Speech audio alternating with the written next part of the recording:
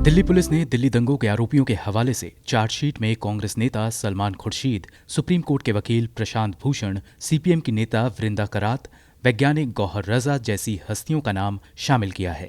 इनके अलावा CPI ML की नेता कविता कृष्णन और छात्र नेता कमलप्रीत कौर का नाम भी शामिल किया गया है। दिल्ली पुलिस के मुताबिक दिल्ली दंगा मामले में गिरफ्तार खालिद सैफी और कांग्रेस की पूर्व पार्षद इशरत जहां के बयानों के दौरान इन लोगों के नाम सामने आए। दिल्ली पुलिस का दावा है कि गिरफ्तारी के बाद इन लोगों ने माना कि नागरिकता संशोधन कानून विरोधी प्रदर्शन के दौरान इन हस्तियों को बुलाया गया था, जिन्होंने प्रदर्शनकारियों में जोश भरने के लिए भड़काऊ भाषण दिए। पुलिस के एक गवाह ने भी कहा है कि सलमान खुर्शीद ने भड़काऊ भाषण दिए।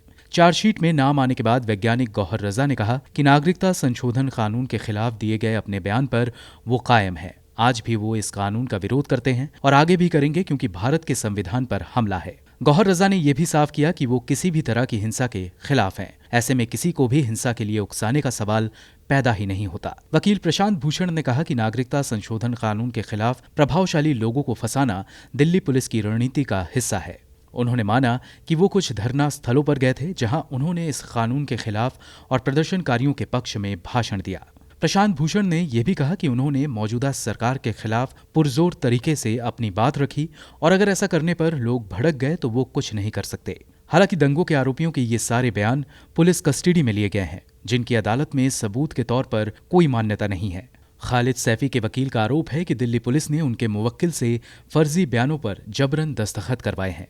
खालिद सैफी के वकील ने यह भी कहा कि झूठे बयानों और सादे पेपर पर जबरन दस्तखत करवाने के बारे में वो अदालत को मार्च और अप्रैल में ही बता चुके हैं। इशरत जहां के वकील प्रदीप तेवतिया का भी कमोबेश यही कहना है कि उन्होंने ऐसा कोई बयान नहीं दिया है और इंडियन एविडेंस एक्ट की धारा 25 के तहत ऐसे बयानों का कोई मतलब नहीं होता।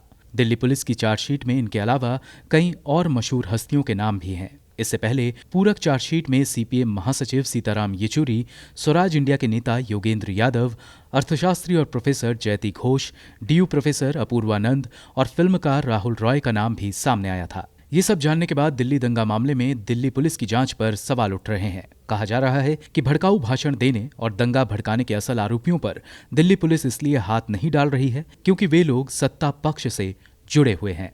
ब्यूरो रिपोर्ट, गो न्यूज।